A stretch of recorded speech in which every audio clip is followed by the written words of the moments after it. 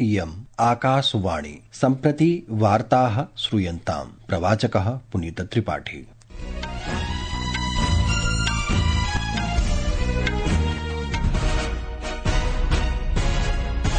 आदौ मुख्यवार्ताः।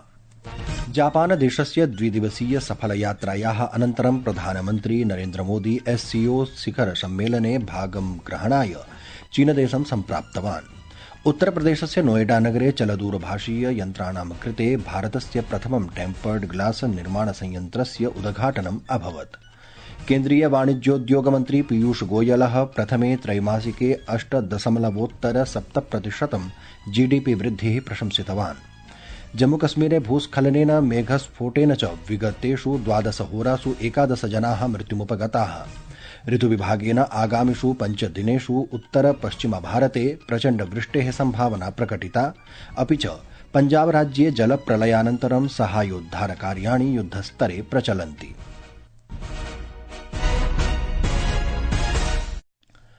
अथ वार्ताः विस्तरेण।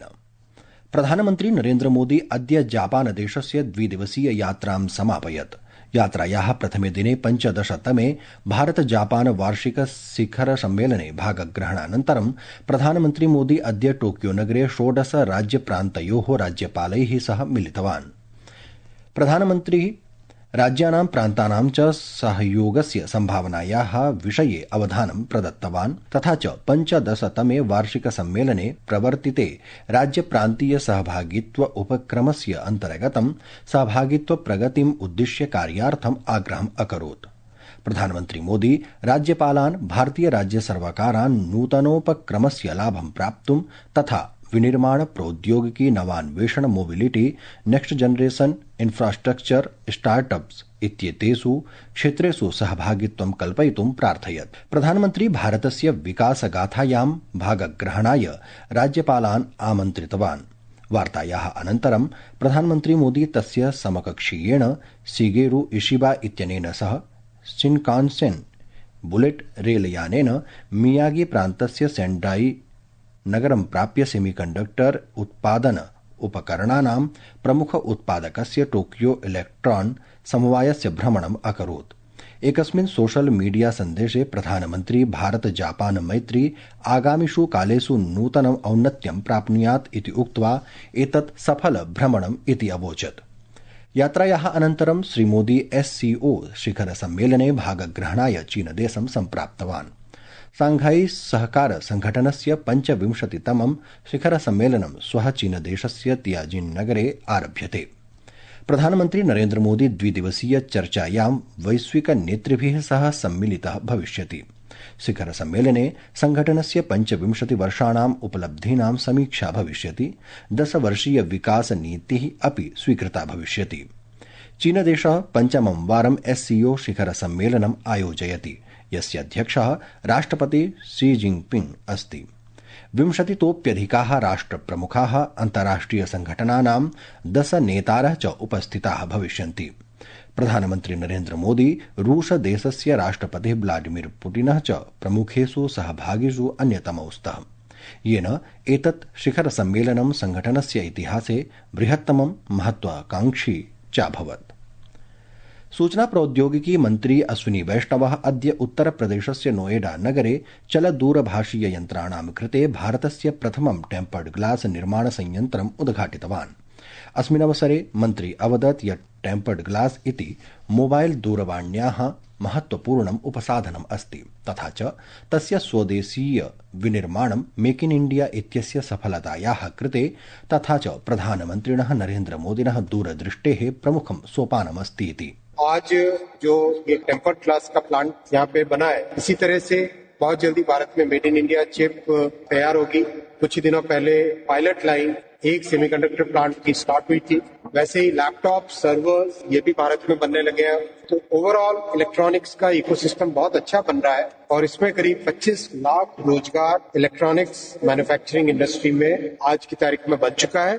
श्री वैष्णवः युवभिः उद्यमतायै आत्मनिर्भर भारताय तथा 47+2000तमवर्षस्य विकसित भारतस्य निर्माणे योगदानाय आहूतवान्। प्रियाः श्रोतारः, संस्कृतवार्तायाः संस्करणमिदम् इदानीम् आकाशवाणीतः प्रसार्यते। सममेव अयं कार्यक्रमः आकाशवाण्याः www.newsonair.gov.in वेबसाइट इत्यत्र अथ news on AIR mobile app इत्यत्र अपि उपलब्धो भविष्यति। भारतस्य जीडीपी इति वास्तविक सकलदेशीय उत्पादः वित्तवर्षस्य 25,226 तमवर्षस्य अप्रैल मासतः जून मासपर्यन्तं प्रथमे त्रैमासिके 8.7% वृद्धिः अनुमानितमस्ति, यत् पञ्चत्रैमासिकेषु उच्चस्तरे अस्ति।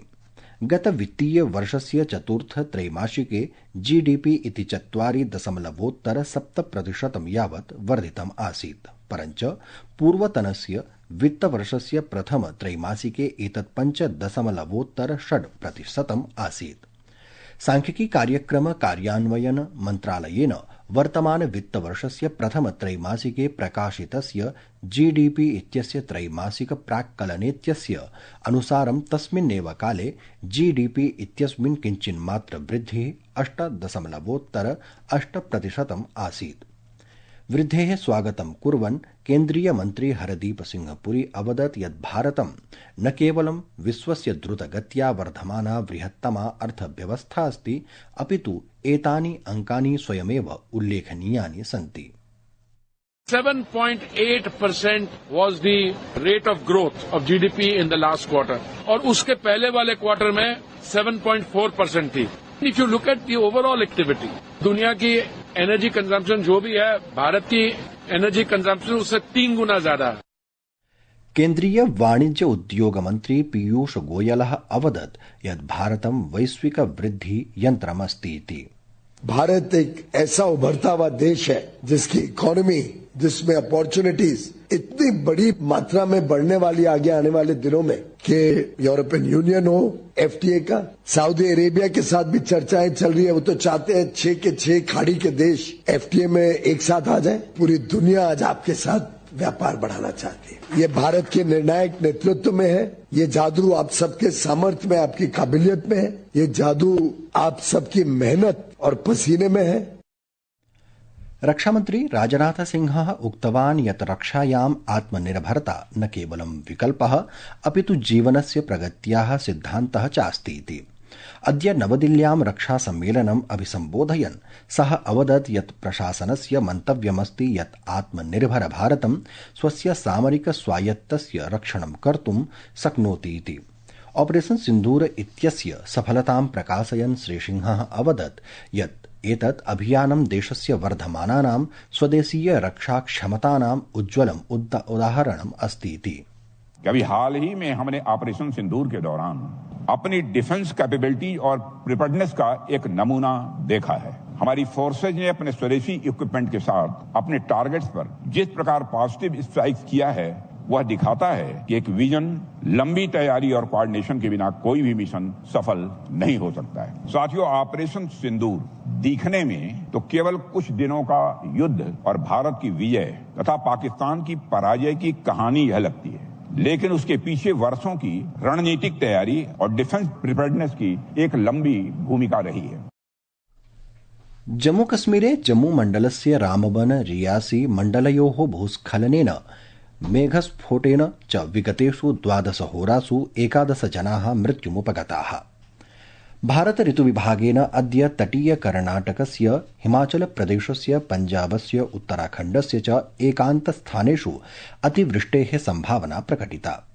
ऋतुविभागेन अद्य पूर्वोत्तर बिहार, राजस्थान, गुजरात, दिल्ली, मध्यप्रदेश, महाराष्ट्र तथा दक्षिण भारतस्य केषुचित् स्थानेषु अत्यधिकवृष्टेः पूर्वानुमानं प्रकटितम्।